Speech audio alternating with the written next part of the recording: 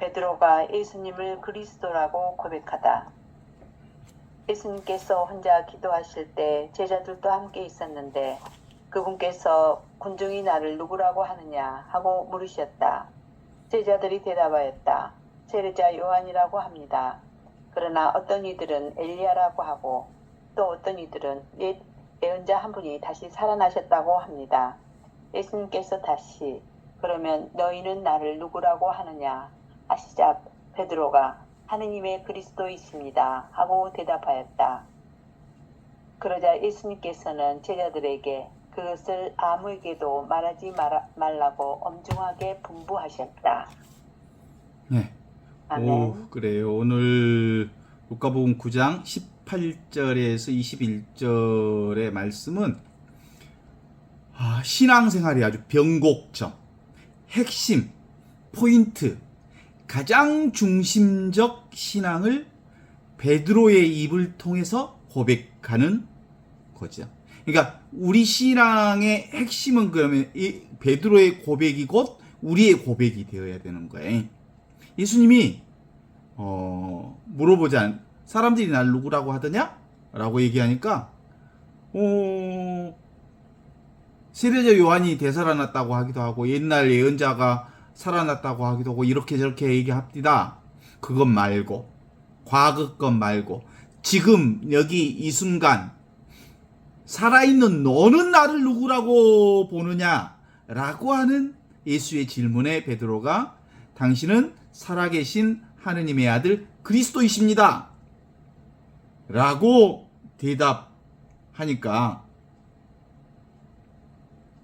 예수님께서 그 일을 아무에게도 말하지 말라고 당부하셨다.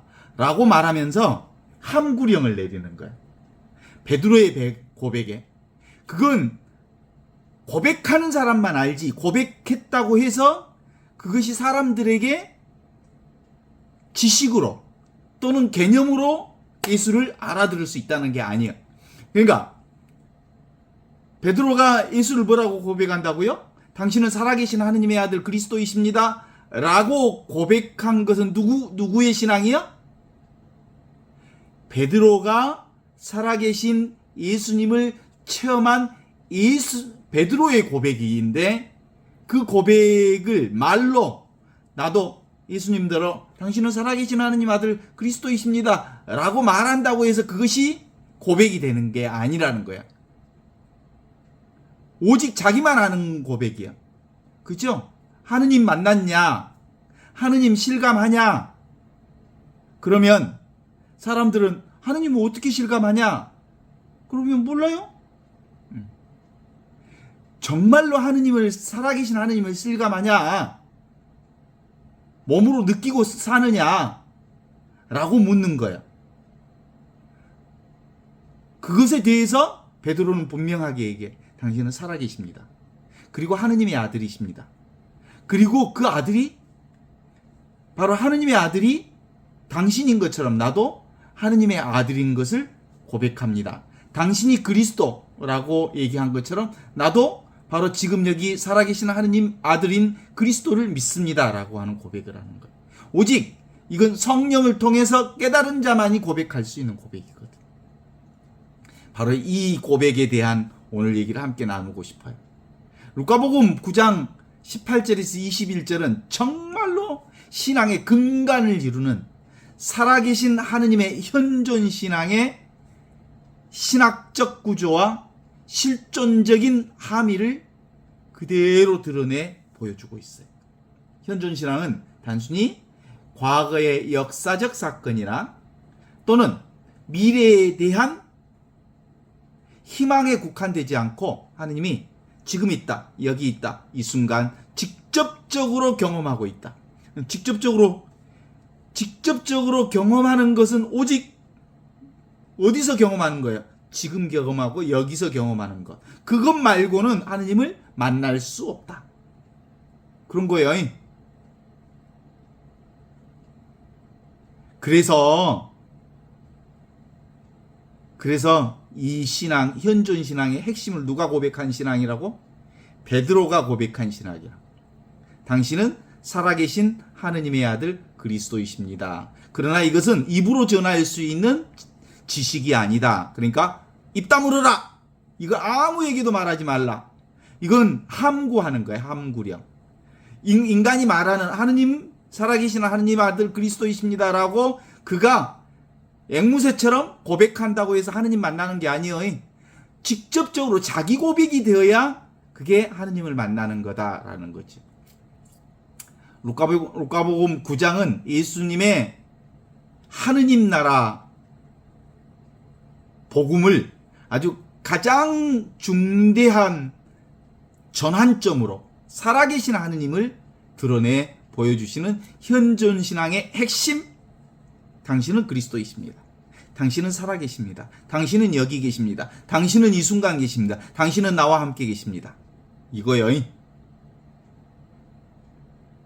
이는 예수께서 대중적인 하느님 나라 선포에서 제자들에게 드러내 보여주신 것과는 완전히 다른 방식으로 얘기하고 있어요. 대중적으로는 사람들에게 예수님이 하느님 나라를 어떻게 선포하냐면 기적을 통해서 그리고 치유를 통해서 하느님 나라를 드러내 보여주셨거든요.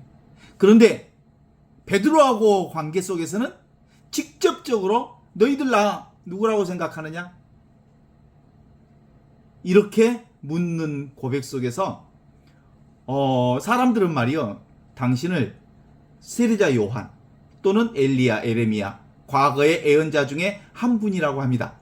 과거에 그것 말고 지금 너는 나를 누구라고 생각하느냐? 라고 묻는 그 물음에 당신은 살아계신 하느님의 아들이다. 이렇게 고백하는 거예요.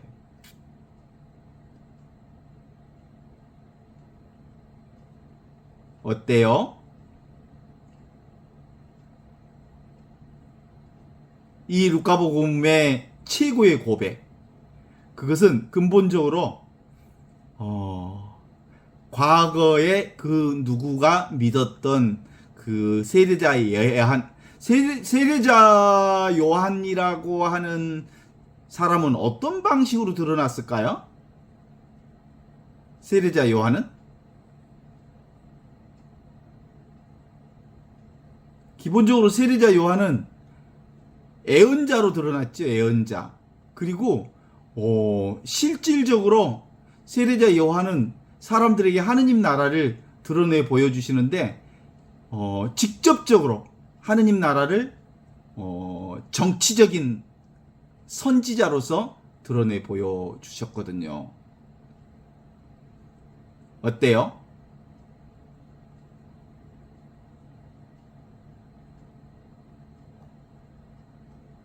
그래서 다른 그 누구하고도 다르게 실제로 과거에 어떤 모습으로 드러난 사건이 아닌 지금 여기 이렇게 살아계신 하느님 그리스도를 우리에게 선포해 주시는 최고의 현존신앙의 핵심을 베드로를 통해서 우리에게 드러내 보여주신 것.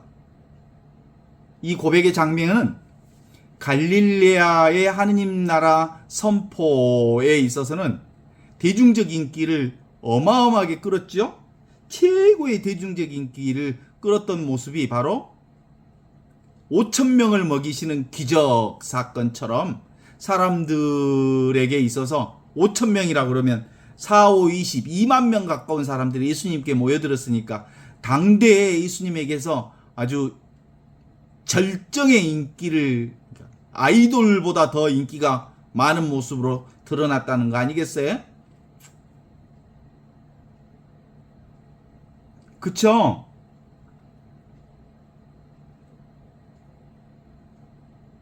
그 직후에 예수님의 권능이 최고로 달했을 때 이 얘기의 초점은 대중이 목격한 왕의 능력에서 예수님 자신이 구현해야 할 하느님의 아들로서의 정체성을 갑작스럽게 드러내 보여주는 거죠. 이 고백의 장면은 갈릴레아 하느님 나라 전파에서 근본적으로 치유의 능력, 그리고 풍랑을 잠재우시는 능력, 이런 것들과 예루살렘 여정에서의 그 고난과 그리고 십자가 사이의 중심축을 잘 드러내 보여주고 있어요. 예수님은 곧바로 순환예고에 들어가거든요. 나는 십자가에 죽었다가 사흘 만에 다시 살아나야 한다 라고 하는 것을 예고함으로써 다음에 일어날 변모 사건 29절에서 36절을 예비하고 있죠. 예수님의 거룩한 변모 사건은 예수님께서 말씀하신 고난의 길이 궁극적으로는 하느님의 영광으로 보증된다는 것을 제자들에게 미리 보여준 사건의 역할을 하면서 또 한편으로 십자가 사건을 전제하고 있다라는 거죠. 표면적으로 드러나는 기적의 행위로서는 하느님의 그 초자연적 진리가 전달되기가 불충분했다는 점을 인정하면서 5,000명을 먹이는 놀라운 기적을 행했음에도 불구하고 군중들은 예수님에 대한 이해는 여전히 과거의 틀, 세례자 요한 또는 과거의 엘리야에게 갇혀 있었다라는 것을 드러내 보여주고 있는 거잖아요. 예수는 세례자 요한이나 과거의 엘리야 정도로 보고 있었다는 거예요. 이는 시각적으로 인식되는 시간적 제약을 받는 행위로서는 하느님의 영원한 실제를 포착할 수 없음을 시사해 주고 있습니다. 따라서 지금 여기 이 순간 살아있는 하느님, 현존하는 기적의 행위는 그리스도라고 하는 영원한 정체성을 통해서만이 완전한 의미를 획득할 수 있다는 걸 보여주는 거거든요.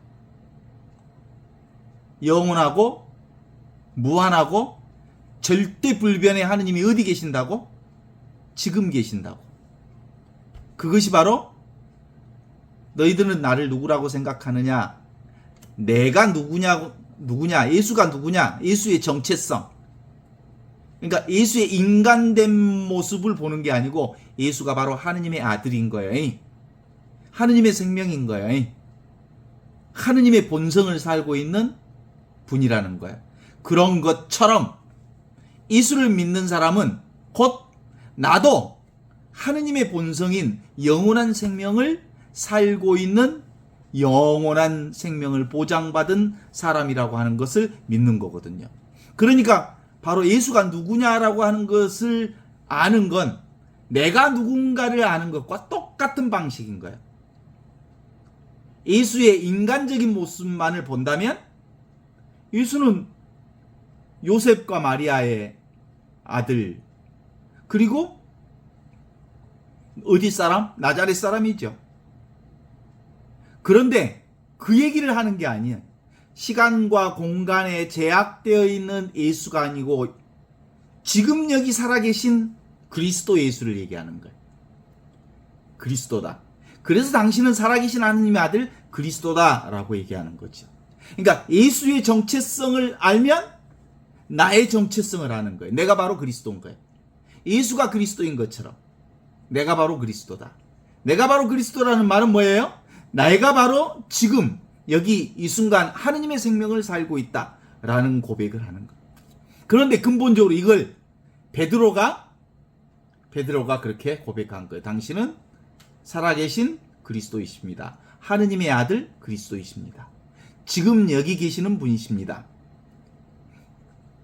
그 베드로의 고백은 근본적으로 예수가 바로 그리스도라는 것을 실감한 거예요. 실감. 이건 성령을 통해서 실감하지 못한 사람들은 고백할 수가 없는 일이거든요. 자, 지금 풀벌레 소리가 들려요? 어디서 들려요? 여기서 들리는 거죠? 내가 듣는 거죠? 지금 여기 살아있는 그리스도가 듣는 거죠? 지금 있고 여기 있고 이 순간 있는 이 그리스도가. 내 목소리 들리죠? 누가 들어요? 내가 듣죠. 그 내가 어디 있어요? 지금 있고 여기 있고 이 순간 있죠? 여러분의 몸이 듣는가요? 몸은 보이는 놈이고 몸은 대상이지 몸이 소리를 듣지 않아요. 몸이 세상을 보지 않아요. 몸은 보여지는 놈이지 보는 놈이 아니라는 거지. 이게 실감되어져야 비로소 베드로가 고백한 것처럼 당신은 그리스도이십니다 라는 고백이 가능해진 거거든요. 자, 다시 우리 무용을 한번 해볼까? 머리, 어깨, 무릎, 발, 무릎, 발. 느껴지지요? 머리, 어깨, 무릎, 발이? 몸이 머리, 어깨, 무릎, 발을 느껴요? 머리, 어깨, 무릎, 발을 느끼는 것이 있지요. 느끼는 그 그리스도는, 느끼는 그 하느님의 생명은, 느끼는 그 하느님의 의식은, 그 느끼는 하느님의 그 존재는 지금 있고 여기 있고 이 순간 있는 그 그리스도로 있다는 거. 이게 실감하는 거냐라고 하는 예수의 물음입니다. 자, 예수님이 우리에게 묻습니다. 너희는 나를 누구라고 생각하느냐? 라고 물을 때, 옛날 우리 성당의 신부님이 가르쳐 주신 예수님이 바로 당신이십니다. 이렇게 말하는 게 아니. 지금 내가 숨쉬고 말하고 느끼고 아는 이분이 바로 그리스도이십니다. 이렇게 실감나게 직접적인 이것을 베드로가 고백했기에 그건 경험한 사람만이 말할 수 있는 말이니까 함부로 사람들에게 말하지 말아라. 왜냐하면 함부로 말하면 그 말을 알아들어? 내가 그리스도다. 내가 하느님의 본성을 지닌 하느님의 생명이다.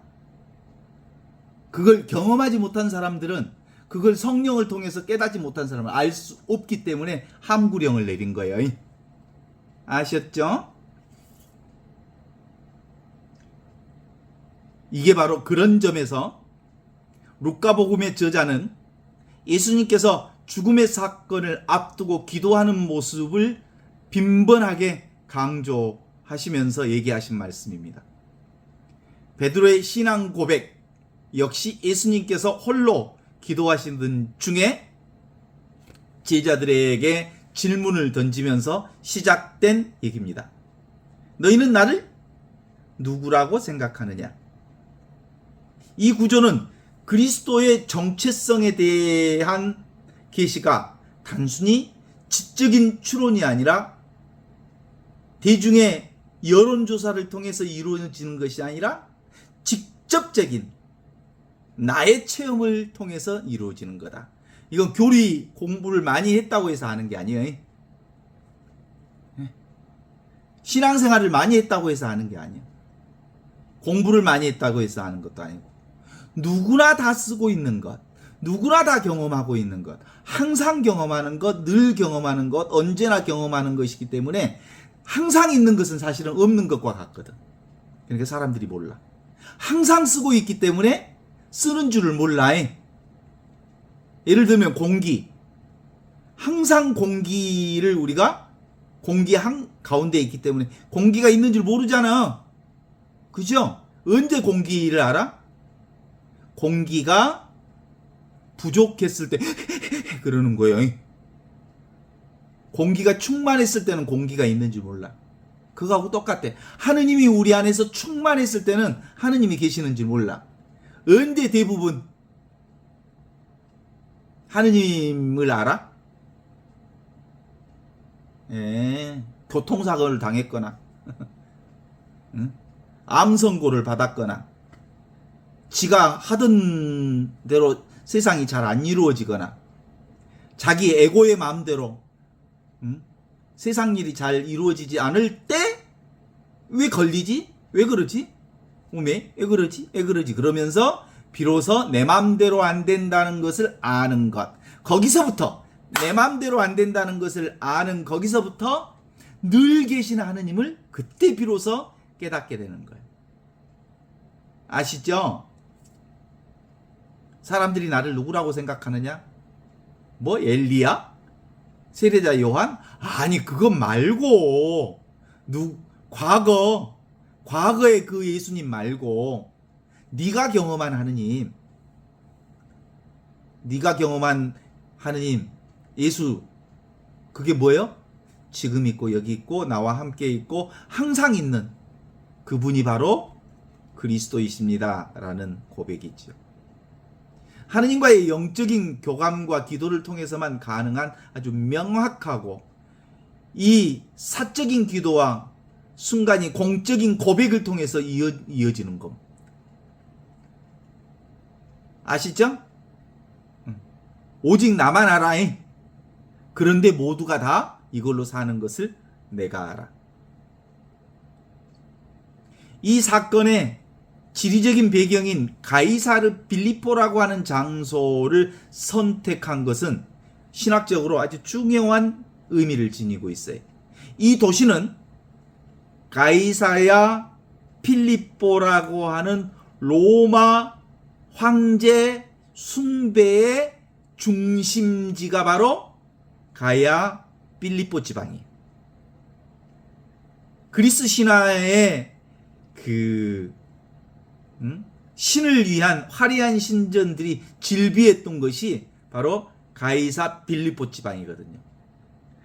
거기서 예수님께서는 제자들에게 너희는 나를 누구라고 생각하느냐 라고 하는 질문을 던짐으로써 세상의 권위와 화려한 제국의 황제나 이방 신전의 신에 의해서 규정된 그런 신 앞에 나를 누구라고 생각하느냐 물어보는 거예요. 하느님은 이방신처럼 또 로마 황제처럼 그렇게 화려한 모습으로 드러나 있지 않는다. 하느님은 어떤 모습으로 드러나요? 고난받는 사람의 아들의 숨겨진 진리가 참된 권위임을 가르쳐 주기 위해서 드러내 보여주시는 거예요. 봐봐요. 사랑은 언제 사랑을 알아? 있을 때는 몰라. 언제 알아? 있을 때는 몰라. 떠나보면 알아. 오미오미 그 사람이 진짜 귀했구나. 그러니까 있을 때 잘하라고 그래. 있을 때 잘한다는 말은 현존했을 때는 사실상 현존할 때 함께 있을 때 그 사랑을 모른다고. 충만하기 때문에.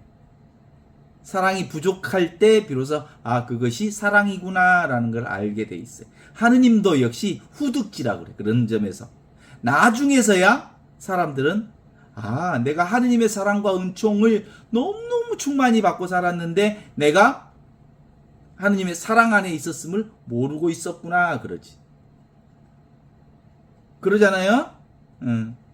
요셉의 형제들도 그 고백을 하잖아요. 하느님이 늘 나와 함께 계셨는데 내가 모르고 있었구나 라는 고백을 해요. 하느님 만난 사람들 대부분은 그렇게 고백해요. 하느님이 늘 나와 함께 있었는데 내가 모르고 있었구나 라고 고백한다고요.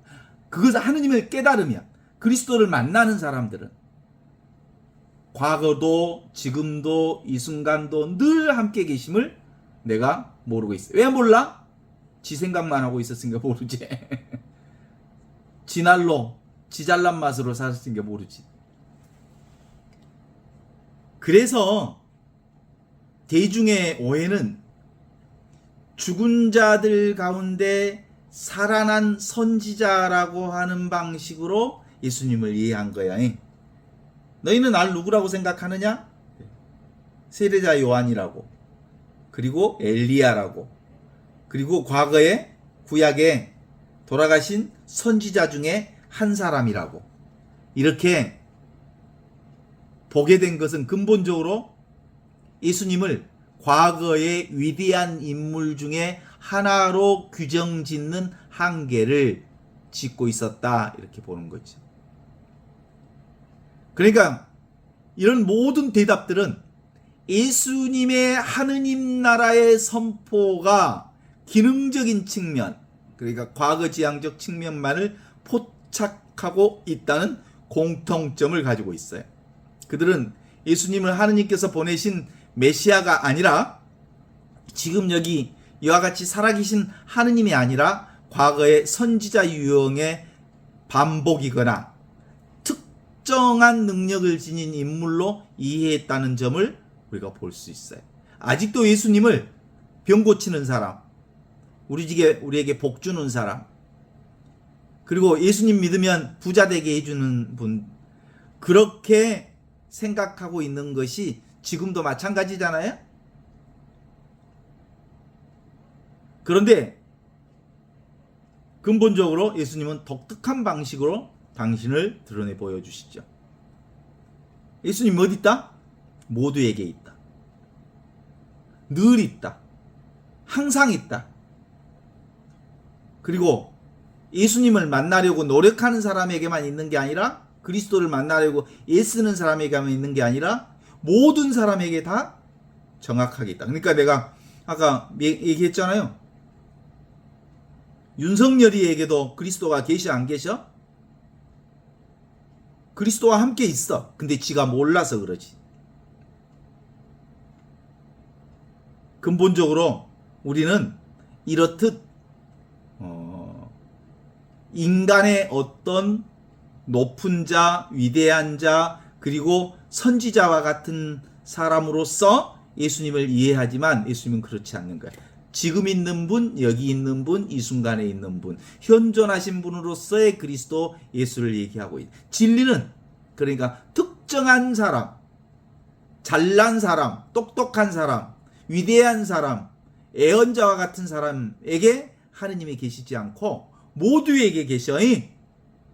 누구에게나. 이게 예수복음의 핵심이라는 걸 드러내 보여주시고 계시죠.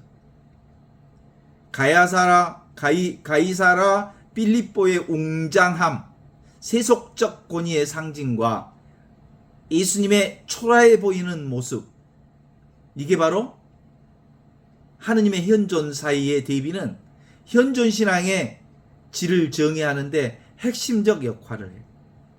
그러니까 하느님을 언제 경험할 수 있냐면 인간의 능력이 전혀 먹히지 않는다는 생각을 할 때, 나는 도무지 아무것도 할 수 있지 않구나 라고, 케노시스라고 그러죠. 비어있음을 경험할 때, 내가 아무것도 아니구나 라는 것을 경험할 때 비로소 하느님의 놀라우심, 모든 것이 하느님이구나 라는 것을 알게 해주시는 방식, 이게 바로 그리스도가 우리에게 전해주신 방식이거든요. 만약 하느님의 현존이 세상의 화려함이나 또는 물리적인 압도적인 힘으로 정의된다면 일반 대중들에게도 예수님이 바로 세례자 요한과 같이 능력자, 엘리야나 선지자와 같은 분으로 설명했을 거 아니겠어요? 그런데 그렇지 않다는 거예요. 예수님은 가장 화려한 장소에서 가장 덜 화려한 고난을 선포하시는 사실이, 참된 하느님의 현존은 세속적인 영광을 거스리는 자리에서 시작되는 곳이다, 이렇게 말하고 있습니다. 베드로의 고백, 우리의 고백이 되면 좋겠어요? 그건 고백이 되는 게 아니라 실제로 예수님이 실감나냐 이런 말이에요. 예수님 실감나? 부채를 붙이면 뭐가? 바람이 시원하다는 것을 느끼는, 그게 바로 손으로 이렇게 바람을 붙이는 게 아니고 바람을 붙이는 부채질을 하는데 시원함을 느끼는, 그것이 바로 그리스도 예수라는 거예요. 아는 자, 듣는 자, 경험하는 자, 근본적으로 아는 자라고 그래. 아는 자가 바로 그리스도예요. 그런 점에서 베드로의 고백은 철저히 지금 여기 이 순간을 고백하는 거거든요. 자, 그렇다면 너희는 나를 누구라고 생각하느냐라고 물었을 때 베드로가 하느님의 그리스도이십니다라고 단호하게 고백했을 때, 이 그리스도가 무슨 뜻이에요? 그리스도스. 히브리어로는 메시아라는 뜻이야. 메시아. 기름 부음을 받은 자. 그러니까 구약에서는 기름 부음을 받을 때 어떤 사람들이 기름 부음을 받아? 왕들이 기름 부음을 받은 거야. 예언자들이 기름 부음을 받는 거야. 그리고 사제들이 기름 부음을 받아. 그래서 그리스도인들이 세례 받을 때 이마에다가 크리스마 성유를 바르면서 너희는 그리스도다. 너희는 예언자다. 너희는 사제다. 그래서 세 가지의 그리스도인들의 세 가지의 존재론적 자기 확인을 해주는 거야. 그러니까 그리스도인들의 핵심은 내가 바로 그리스도예요. 내가 바로 사제예요. 내가 바로 왕이야. 무슨 왕? 그리스도 왕이에요. 그래서 왕이면서 사제이면서 그리고 예언자라고 하는 이 세 가지의 조건이 바로 그리스도인들이 이 세상 마지막 날까지 살아야 할 삶의 특징이라고 그러는 거예요. 그리스도로 사는 거예요. 그리스도로 산다는 말은 뭔 뜻이야? 지금을 사는 사람, 이게 그리스도예요. 왕으로 산다는 말은 뭐야? 하느님이 이 세상 전체를 지배하고 우리를 인도하고 그러잖아. 그러니까 그리스도의 생명으로 하느님의 본성으로 왕의 역할을 하면서 사는 거예요. 하느님의 생명으로 사는 게 바로 그리스도가 지배하는 것, 하느님이 지배하는 삶을 사는 것.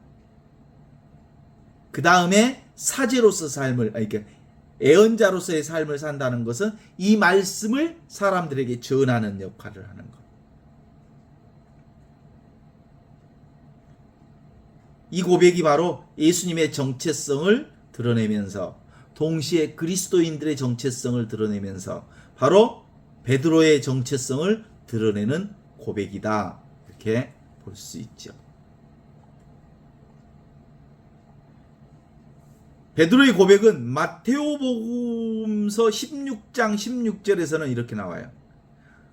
주는 그리스도요 살아계신 하느님의 아들이십니다 라고 표현되어서 예수님은 베드로에게 바르요나 시몬아 너는 참으로 복이 있다. 이를 내게 알게 한 이는 혈육이 아니라 하늘에 계신 내 아버지시니라. 성령께서 너를 인도해 주셔서 그렇게 고백했느니라 라고 축복하신다라고 기록되어 있어요. 그렇지만 루카복음에서는 이러한 축복의 내용을 완전히 생략하고 단순히 하느님의 그리스도라는 핵심 칭호로만 기록하고 있어요. 당신은 하느님의 그리스도이십니다 라는 깨달음의 고백인 거거든요. 그랬더니 예수님이 그 말 다른 사람한테 말하지 마라. 함구령을 딱 내려. 그건 너만이 너의 경험 속에서만 그 고백이 이루어지는 거다. 이 경험하지 않는 자는 그 누구도 성령의 인도를 받지 않는 자는 그 누구도 예수를 하느님의 아들 그리스도라고 고백할 수 없다. 말로는 고백할 수 있지. 근데 진정으로 고백할 수 없어. 그래서 함구령을 내린 거야.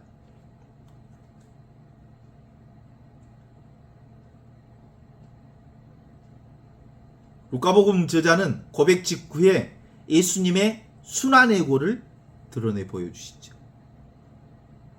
9장 22절로 즉시 넘어가면 독자들의 초점을 온전히 하느님의 그리스도라고 하는 사명은 고난과 버림을 받는 운명과 도무지 분리될 수 없다는 점을 강조하기 위해서 바로 그 뒷점에 바로 예수 순환 예고를 하는 거죠. 봐봐요. 베드로의 최고의 고백은 뭐라고요? 우리 신앙인의 최고의 고백은 당신은 그리스도이십니다. 당신은 하느님의 아들이십니다. 이게 고백의 정점이에요. 그런데 예수님은 예상치 못한 반응을 보여요. 함구령을 꽉 내는. 아무에게도 말하지 마라. 메시아의 비밀은 자신의 정체성을 완전히 숨기는 게 아니라 그 정체성에 대한 대중들의 오해 때문에 그런 거예요. 군중들의 오해는 만일 당시 군중들이 메시아로서 로마 제국을 몰아내고 다윗 왕조와 같은 강력한 왕국을 세울 정치 지도자가 메시아다, 메시아가 왔다, 그리스도가 왔다 라고 얘기하면 누가 가만 안 있겠어? 로마 황제, 로마 제국이 바로 예수를 체포, 사형 조치를 내릴 것을 너무 뻔히 알기 때문에 일단 그렇게 함구력을 내린 거고, 중요한 것은 신약적인 방법이죠. 이건 기본적으로 그리스도 예수의 메시아는 십자가 받아야 된다고. 십자가 있는 그대로의 삶을 수용하는 메시아라고. 그런데 사람들에게는 메시아 그러면 무엇이 생각나? 영광의 메시아가 생각나지. 그래서 함구령을 딱 내린 거지.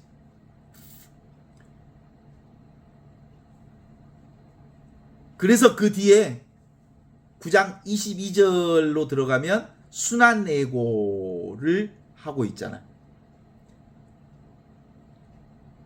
입 다물어라, 그 얘기 하지 마라 라고 얘기하는 이유가 아주 명확하게 제시되고 있습니다. 예수님은 사람의 아들이면서 필연적으로 고난을 받고 장로들과 대사제들과 서기관들에게 버림을 받아 죽임을 당하고 3일째 되는 날 다시 살아나야 된다고 말씀하고 있죠. 고난의 필수성. 이게 구약의 예언에도 계속 나오잖아요. 메시아는 고난을 받아야 한다. 그 메시아는 뭘 삶을 짊어지는 거예요. 나를 따르려는 사람은 자기 자신을 버리고 제 십자가를 지고 나를 따라야 한다. 이게 에고를 버리는 일, 자아의식을 버리는 일이 첫 번째고, 자아의식을 버린 고난받는 메시아는 기본적으로 삶, 내게 주어지는 십자가, 그걸 뭐라고? 아모르 파티, 운명을 사랑하는 일이에요. 운명을 사랑하는 일. 있는 그대로의 삶을 수용하고 받아들이는 일. 이게 아모르 파티입니다. 아모르 파티. 제자들은 육적인 생각에 사로잡혀서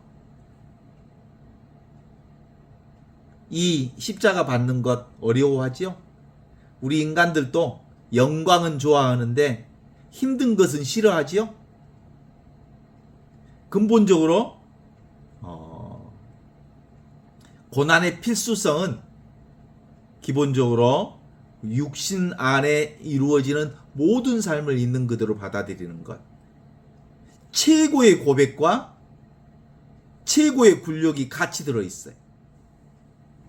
최고의 고백이 뭐예요? 당신은 살아계신 하느님의 아들 그리스도이십니다.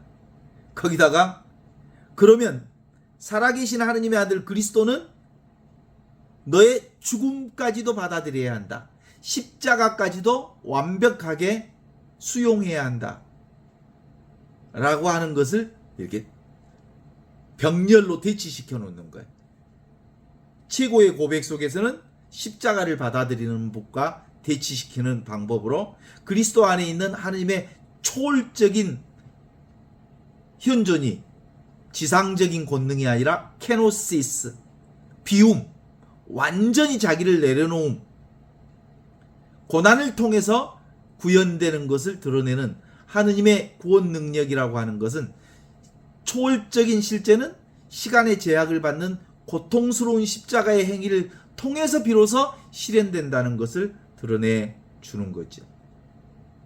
이게 바로 현존 신앙의 핵심입니다. 어떻습니까? 기본적으로 우리는 몸, 눈, 코, 입, 귀, 피부로 느낀다고 하는 방식으로 얘기하면 몸이 느끼는 줄 알아. 몸이 느끼는 게 아니라 몸을 느끼는 그게 그리스도로서 우리의 삶 전체를, 나와 세상을 지배하고 있고 왕이 되고 있고 살아계신 그리스도가 되고 있고, 그분이 바로 예언자로서 그리고 사제로서 그리스도 왕으로서 우리와 함께 계시는 분이시라는 거죠. 자, 그리스도 실감합니까? 진짜로 실감, 리얼리티, 현실적으로 실감이 돼요? 몸과 세계를 실감하지요? 몸과 이 세계를 무엇으로 실감하냐면, 몸과 세계를 실감하고 있는 이것은 텅 비어 있으면서 아무것도 아닌데 이것이 모든 것을 다 보고 듣고 느끼고 아는 이거거든요. 이게 바로 우리의 그리스도는 의식 그 자체, 생명 그 자체, 존재 그 자체로서 진정한 나를 드러내고 있어요. 그러니까 내가 경험하는 모든 세상은 다 나를 통해서 경험되는 거예요. 나 의식을 통해서, 하느님을 통해서, 이 존재를 통해서, 생명 자체를 통해서, 살아있음을 통해서, 나 있음을 통해서. 저는 사람들이 가장 쉽게 그 그리스도를 아는 방법이 그거라고 생각해요. 우리가 보고 있죠, 듣고 있죠, 느끼고 있죠, 알고 있죠, 숨쉬고 있죠, 말하고 있죠. 공통점이 뭐예요? 나 있음. 내가 있으니까 보고 듣고 느끼고 안다는 거죠. 이게 바로 그리스도로 살고 있고 그리스도로 살아 숨쉰다는 것을 드러내는 거예요. 나머지는 다 이 그리스도를 통해서 드러낸 하느님의 실현들이라고 말할 수 있죠. 그러니까 기본적으로 그리스도는 아무것도 하지 않으면서 모든 것을 하시는 분이라고 말할 수 있어서 그리스도를 뭐라고 해요? 저절로 나와 세계를, 나는 늘 저절로 나와 세계가 이렇게 살아있다는 것을 알게 되지요. 생멸변화하는 모든 것들은 다 생멸변화하지 않는 절대불변 그리스도를 통해서 이렇게 경험되고 있으니까 내가 누구냐? 이렇게 물어보면 당신은 살아계신 하느님 그리스도이십니다 라고 말한 것처럼 내가 바로 살아계신 하느님 그리스도를 통해서 지금 이렇게 경험하고 느끼고 말하고 움직이고 있다, 이렇게 말할 수 있죠.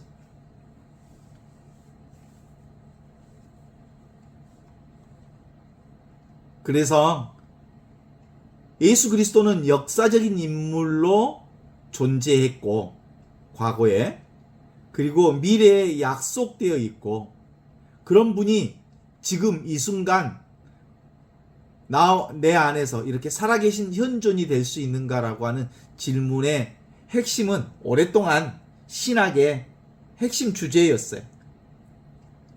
실존주의 신학자로 잘 알려진 사람이 있거든요.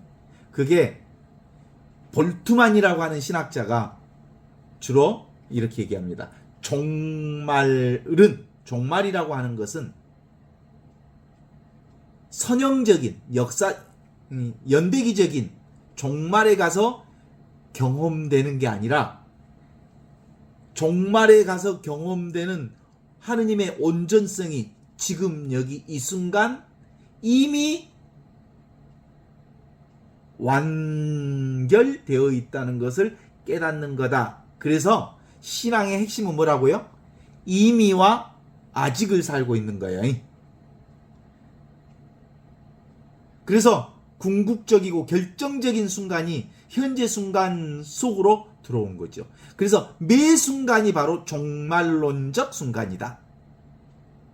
이게 현대신학의 핵심 포인트입니다. 이미와 아직.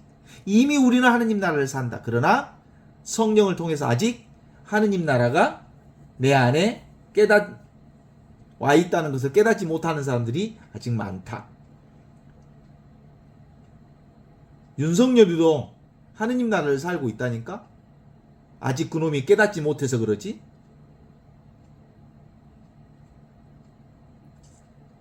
루카복음 9장의 맥락에서는 다음과 같이 이렇게 볼 수 있죠.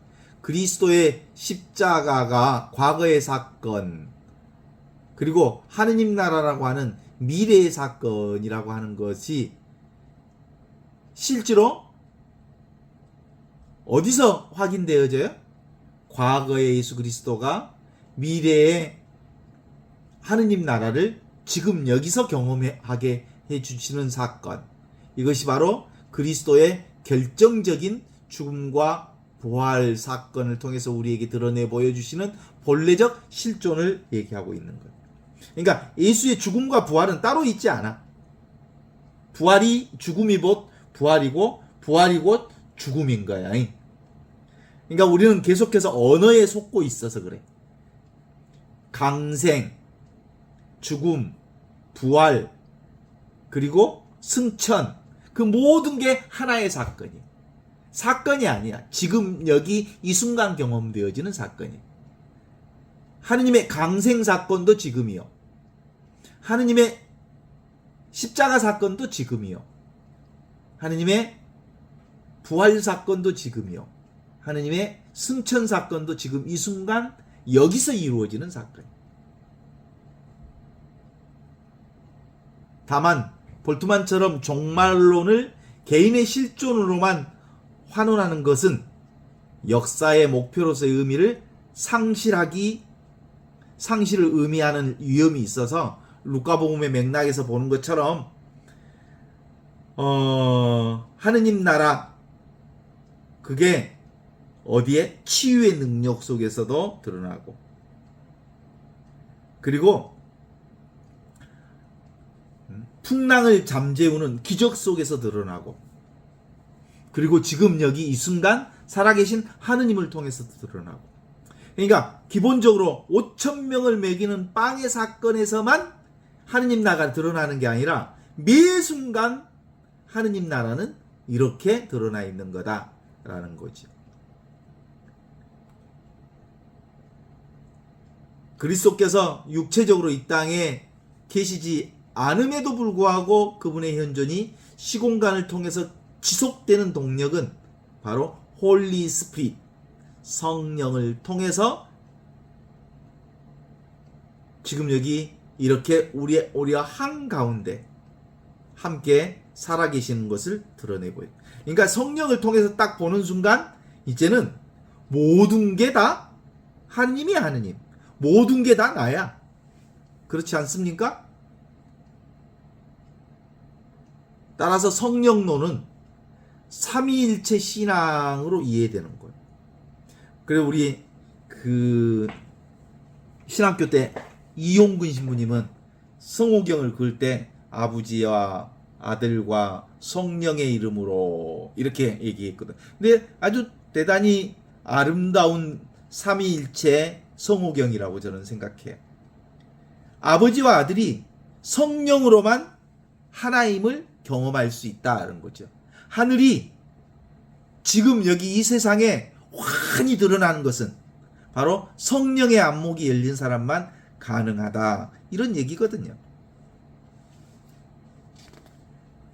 지금 풀벌레 소리가 들리는 것은 풀벌레 소리를 듣는 이것이 있을 게 가능한 거예요. 지금 풍경 소리가 들리거든, 우리 집에. 이 풍경 소리가 들리는 것은 풍경 소리를 듣는 이것, 그리스도가 있기 때문에 가능한 거예요. 그리스도가 뭐예요? 나 있음, I am. 그런 거고. 이게 바로 당신 누구십니까? 너희는 나를 누구라고 생각하느냐?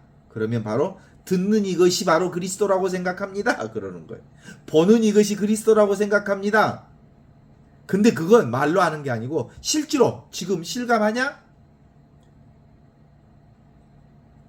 여러분 의자에 앉아있죠? 의자에 앉아있는 엉덩이의 감촉을 경험하지요? 감촉을 경험하는 이게 바로 그리스도라고, 이게 바로 이걸 실감할 줄 아는 게 그리스도를 당신은 살아계신 하느님의 아들 그리스도이십니다 라고 고백하는 고백이 되는 거예요. 하느님을 머릿속에 하느님? 성령? 예수님? 이런 거 없어. 개념적인 하느님 없어. 지금 현존이를 뒤 텃밭에다 매놨거든요. 모가지를 지금 매놨어.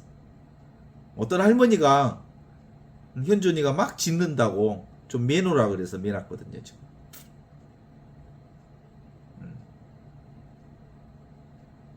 그래서 현존이를 떠올려. 그러면 걔가 이렇게 눈앞에 떠올려. 뭐가 그리스도야? 떠올리고 있음. 나 있음. 그것이 바로 그리스도인 거예요. 그 그리스도를 통해서 현존이가 눈앞에 떠오르는 거예요. 하느님을 통해서 그리스도가 눈앞에 떠오르는 거예요. 그래서 지금 우리가 눈 뜨고 보는 이 시각적 경험, 이게 바로 그리스도를 경험하는 것. 이거 실감한 사람만이 고백할 수 있다니까?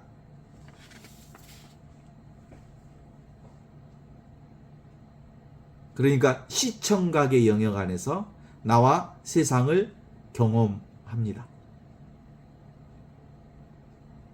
지금 이 순간 이와 같이 살아있는 의식 안에서, 존재 안에서, 생명 안에서 지금 쓰고 있는 이게 바로 그리스도이십니다.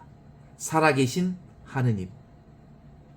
이걸 통해서 요즘에 윤석열이가 TV에 보니까 하얀 머리, 염색도 안 하고 하얀 머리로 나타나는 것들을 본 거예요.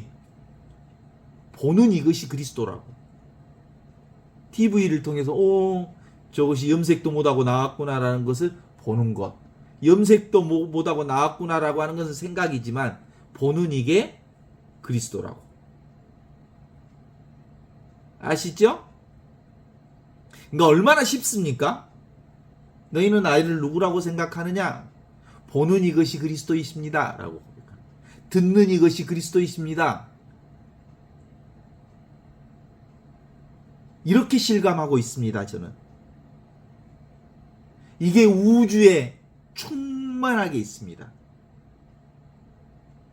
텅 비어 있는데, 아무것도 없는데, 이 아무것도 없는 이 우주 전체에 이 생명으로 충만해 있어서 이것이 보고요, 이것이 듣고요, 이것이 느끼고요, 이것이 알고요, 이것이 경험합니다. 이게 바로 살아계신 하느님의 아들 그리스도로 내가 살고 있습니다. 이렇게 고백할 수 있어요?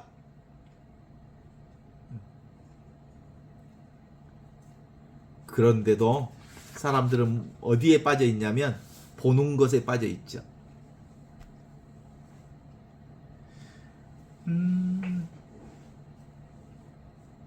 따라서 성령을 통해서만이 비로소 우리가 현존할 수 있다는 걸 알아낼 수 있습니다. 현존은 특별히 성사를 통해서 구현됩니다. 성사인 하느님이 하시는 일. 하느님께서 몸을 변화시켜 주시잖아요. 하느님께서 세상의 모든 보이는 것을 생멸 변화시켜 주잖아요. 이게 뭐예요? 성체성사입니다. 오늘 우리 집에 어머니가 심어놨는지 대추가 아주 엄청 열렸어요. 근데 그 대추가 이만씩이 엄청 커요. 나는 근데 그게 왜 이렇게 대추가 큰 거 그랬더니 그게 사과 대추래요. 그 사과 대추를 이렇게 해서 사왔다고 누가 사왔어요.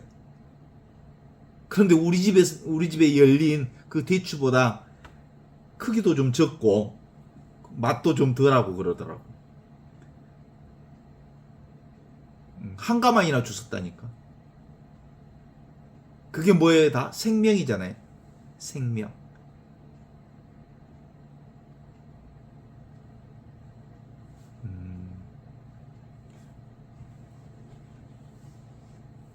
우리가 내가 등장하면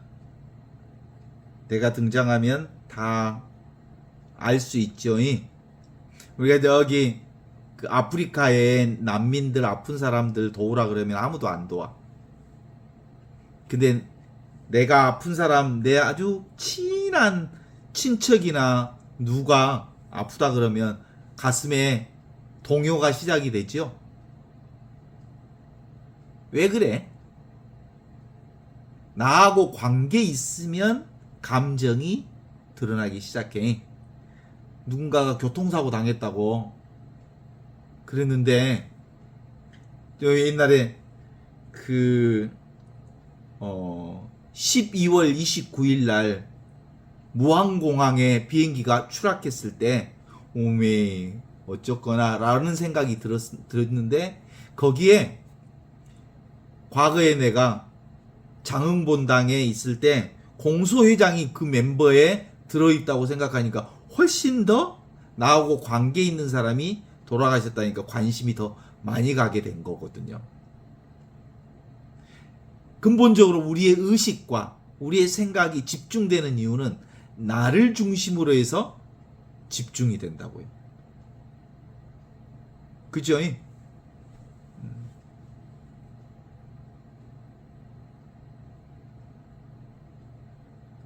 요즘에도 누구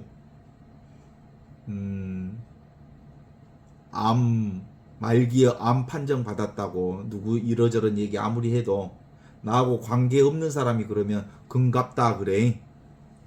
그런데 자기하고 아주 친한 친척이나 자기 자식이거나 남편이거나 말기암 소식을 딱 듣는 순간 그때는 어마어마한 반응이 자기 안에서 시작되는 거거든요. 왜 그럴까요? 거기에 근본적으로 나의 의식이 들어가면 그래.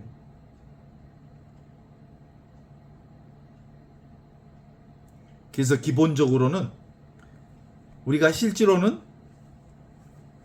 나의 생각이 세상을 창조한다고 볼 수 있잖아요. 그럼에도 불구하고 영원한 생명은 나의 생각 이전에 있는 원래부터 있던 이 하느님의 생명으로 오늘을 살고 있는데, 그게 바로 당신은 살아계신 하느님의 아들 그리스도이십니다. 내가 바로 그리스도의 생명으로 살고 있습니다. 라고 하는 이 베드로의 고백이 우리 신앙의 온전한 핵심 고백이 될 수 있으면 좋겠어요.